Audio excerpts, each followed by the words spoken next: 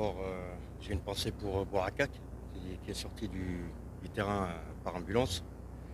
On espère que c'est pas trop grave pour lui. On le perd. On attend les résultats des analyses. Concernant le match, on savait, je l'avais dit avant la rencontre, que ça allait être très très difficile. Petro, c'est une équipe qui est très très solide, qui possède vraiment des arguments dans les trois compartiments du jeu. Il y a vraiment de très bons joueurs. Nous, on avait mis une stratégie en place en première mi-temps, qui a plus ou moins bien fonctionné. On a été secoué par cette équipe de Petro en première mi-temps. Il faut être fair play et reconnaître les choses. Donc, mais on a tenu. On a tenu bon et on a contourné les assauts de cette belle équipe, surtout l'armada offensive. Et en deuxième mi-temps, bon, toujours pareil, à la mi-temps, on discute avec les joueurs et on recadre certaines choses, on fait des changements qui sont payants. Et ça ne veut pas dire que les joueurs qui étaient présents n'ont pas été à la hauteur, non, mais il y a des moments où dans le jeu, on voit des choses et on sait qu'il y a des failles, il faut jouer là-dessus. C'est la raison pour laquelle il y a eu des changements qui ont été opérés à la mi-temps. Donc une sensation à nouveau de fierté pour tout un peuple. On rejoint nos amis le CRB. Félicitations à eux pour leur qualification hier. Donc on a deux représentants algériens en quart de finale de Ligue des Champions. Je trouve que c'est merveilleux, c'est fabuleux pour notre pays, pour le football algérien. Donc on est là, on est de retour. C'est comme ça, des fois, il y a des pays européens, même en Champions League, ils disparaissent de la circulation. Et une année, vous allez voir 4 clubs allemands, 5 clubs allemands en quart, demi, ou italiens ou espagnols. Là, on trouve en Ligue des Champions africaine deux représentants algériens. Donc c'est vraiment une fierté pour tout un peuple, pour notre pays. On ne fait pas moins sur le plan national. Je vais rappeler une fois de plus, et ça, malheureusement, une fois de plus, on n'en parle pas, on n'en tient pas compte. Mais il y a des faits de jeu qui sont contre nous. Penalty pour Schleff, je vais le répéter ici, contre Schleff qui n'est pas sifflé. Penalty contre le CSC qui n'est pas sifflé. Donc il y a des faits de jeu qui sont contre nous. Donc automatiquement on fait des matchs nuls, mais on prend des points, mais on n'avance pas en championnat. Maintenant, concernant les victoires en Ligue des Champions, très honnêtement, c'est pas ça qui va nous booster pour le championnat. Le championnat, on n'a pas le choix. On est obligé d'être déterminé, motivé, ambitieux. On est obligé d'être concentré pour essayer de tirer l'équipe vers le haut et la sortir de cette zone rouge. Maintenant, cette qualification en quart de finale, elle peut donner peut-être un peu de confiance, un peu plus de confiance aux joueurs. Elle peut donner un petit avantage psychologique. Ça peut les aider psychologiquement. Donc nous, avec le staff technique, on fait un gros travail là-dessus. Et parce que les joueurs en ont besoin. Aujourd'hui, je vais aussi le dire, je suis très très heureux pour Moiti. Moiti qui a été dénigré, Moiti qui a été traité de tous les noms d'oiseaux. Donc, et j'avais dit, c'est pas parce qu'un attaquant loupe des occasions de but faciles qu'il faut lui tirer dessus. Au contraire, il faut l'aider, l'épauler. Et parce que le jour où il marquera, eh ben, on sera content de le prendre dans nos bras. Et c'est ce qui se passe aujourd'hui. Mais je vais vous faire une confidence. Quand on est en Ligue des Champions et qu'on représente un grand club comme la GSK, on a beau dire ce qu'on veut, même si on est relégable, même si la GSK n'a pas gagné de titre depuis X années, c'est la GSK, c'est un grand club. Il a une histoire spéciale en Coupe d'Afrique. Donc on a toujours été ambitieux, même si on ne l'a pas crié haut et fort, parce que voilà, c'est peut-être mon caractère, mon tempérament de me mettre en retrait, mais intérieurement, on a toujours été ambitieux. Le discours que j'ai tenu à la mi-temps et même avant, dans les causeries d'avant-match, c'est une causerie vraiment sur la détermination, sur l'ambition. On a ouvert une porte contre Vita Club, une porte pour les quarts de finale. Et j'avais expliqué aux joueurs que c'était fabuleux de vivre un quart de finale de Ligue des Champions. Et il fallait absolument tout faire pour ouvrir cette deuxième porte aujourd'hui. Et les joueurs l'ont fait. Donc c'est vraiment une grande satisfaction. Maintenant, quand on est en quart de finale, voilà, il faut rêver. Il faut continuer d'avancer. On va être honnête. Est-ce que c'était prévu qu'on se trouve ici? Voilà, beaucoup, personne. Très peu de gens pensaient qu'on allait se qualifier et sortir de cette poule. On a quand même le champion d'Afrique en titre, on a quand même le demi-finaliste de la précédente édition, et on a Vita Club qui est un grand club.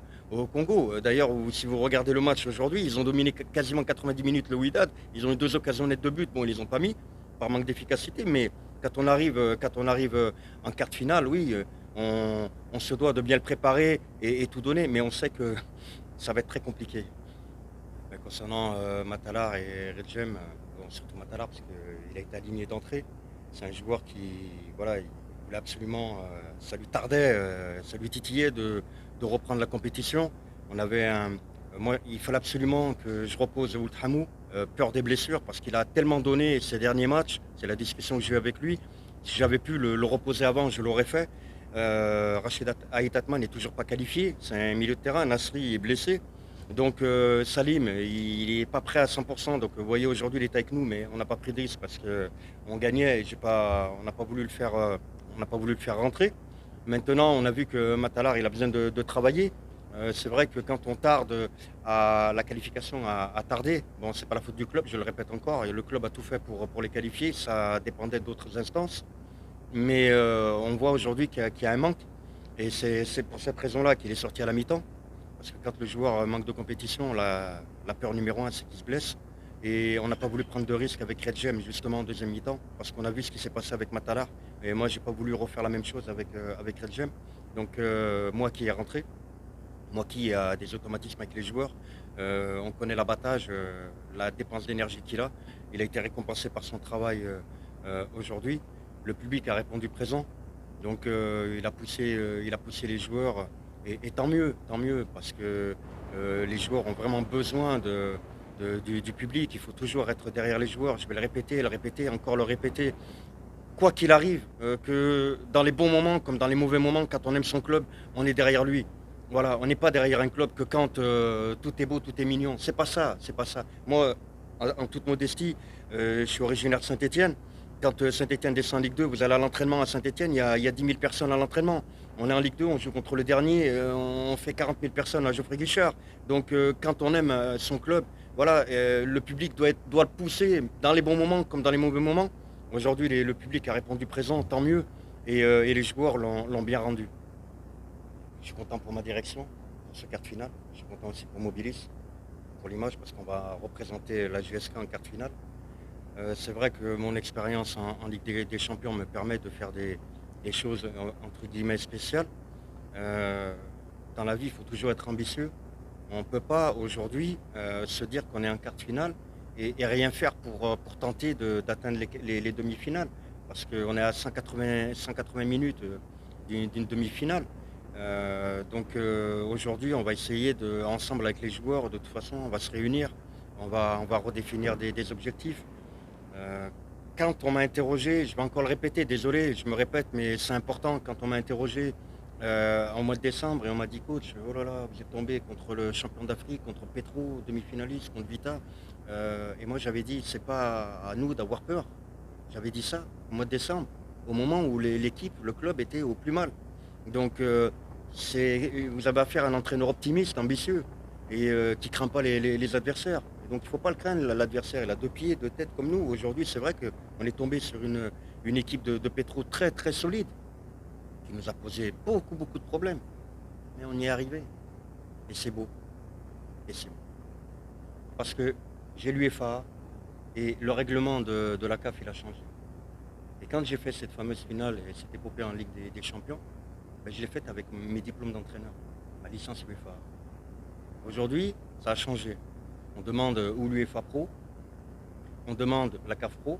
La CAF Pro, elle a eu lieu une seule fois et elle a peut-être même pas encore été validée, c'était au Maroc. Il faut avoir l'Asie Pro.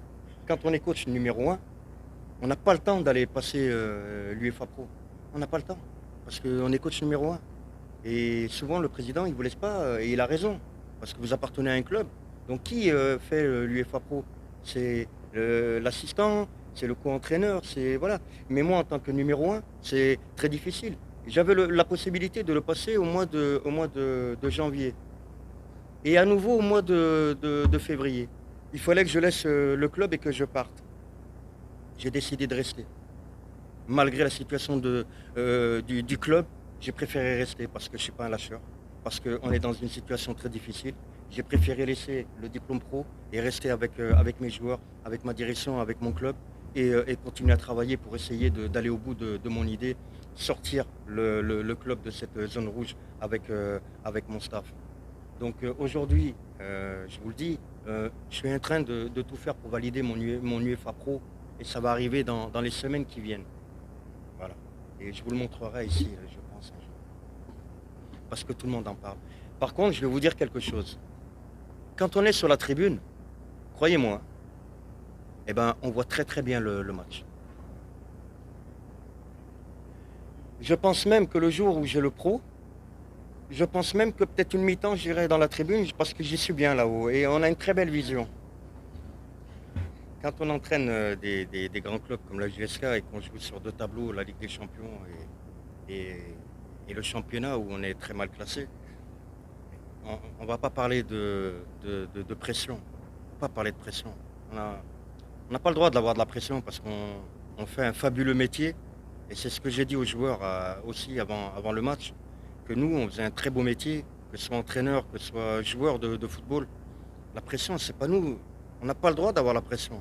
Malgré les gros problèmes qu'on peut rencontrer dans le football, on n'a pas le droit, c'est interdit. Parce qu'il y a des gens qui souffrent. Il y a des gens qui n'ont pas de toit. Il y a des gens qui n'ont pas de maison. Il y a des gens qui sont handicapés. Il y a des gens qui ne savent même pas où demain ils vont dormir. Il y a des gens qui ont des familles, qui ont des membres de leur famille qui sont à l'hôpital, entre la vie et la mort. Elle est là, la pression. Il y a des gens qui sont en plein divorce, qui ne savent pas comment ils vont payer le loyer le lendemain. La pression, elle est là. La vraie pression, elle est là. Mais nous, ce qu'on fait, on n'a pas le droit d'avoir la pression. C'est interdit. Nous, on avance, on a des objectifs. Celui-là, il était plus ou moins prévu d'aller en quart de finale. Alhamdoulilah, on est en quart de finale, donc tant mieux. Mais maintenant, on va se concentrer, comme vous l'avez dit, sur le championnat, avec détermination et avec le staff technique, le staff médical. Parce que ça, cette victoire aujourd'hui, c'est la victoire de tout un groupe. Et j'ai l'habitude, moi, de rendre hommage à tous ces gens-là. Que ce soit le chauffeur du bus qui prend soin de nous, les gars du matériel, les agents de sécurité, le staff technique, le staff médical. C'est les joueurs, la direction, c'est les supporters. Vous voyez, c'est un travail de groupe. C'est une victoire collective. C'est pas la victoire de Hamdi aujourd'hui, c'est une victoire collective. Et la pression, on n'a pas le droit de l'avoir. C'est interdit. On n'a pas le droit d'avoir une pression quand on fait un aussi beau métier. C'est interdit. Et déjà, merci beaucoup pour les éloges. Comme vous l'avez dit, c'est vrai que Petro, on va le répéter, mais c'est vraiment une très belle équipe. Maintenant, il ne faut pas oublier que, et c'est la première fois de ma vie que ça m'arrive en tant qu'entraîneur, de proposer à mes joueurs un mois de bi-quotidien. Vous avez bien entendu, un mois de bi-quotidien. Donc ça a été très très dur pour les joueurs. Les joueurs ont on a beaucoup travaillé sur tous les plans, psychologique, tactique, technique, mental. On a démarré à Tizi, donc un mini-stage d'une dizaine de jours pour partir après en Turquie. Donc où on n'a pas chômé là-bas, on n'a pas eu le temps, tellement il y avait du travail. Et les joueurs que vous avez vus aujourd'hui, c'est des joueurs qui ont participé à ces bi-quotidiens. C'est des joueurs que j'ai intégrés avec moi dans des séances d'entraînement tactiques, techniques et athlétiques et tout le reste. Donc quand on a fait les matchs amicaux en Turquie, les 4 matchs amicaux, c'est des joueurs qui étaient présents. Donc ils ont vu le système de jeu voilà, que je voulais mettre en place, la stratégie, etc. Et aujourd'hui, je suis très heureux de voir que les joueurs répondent présents. Aujourd'hui, je suis très, très heureux. Et aussi, c'est une satisfaction parce que, bon, Petro, c'est pratiquement la même équipe au match retour qu'au match aller. C'est quasiment la même. Et, et donc, c'était peut-être un avantage pour nous de pouvoir proposer des joueurs différents. Mais que ça a été dur, que ça a été dur aujourd'hui. Mais qu'est-ce que c'est beau. Qu'est-ce que ça a été dur, mais qu'est-ce que c'est beau. Merci beaucoup, coach. Merci à tous. Merci à tout le monde.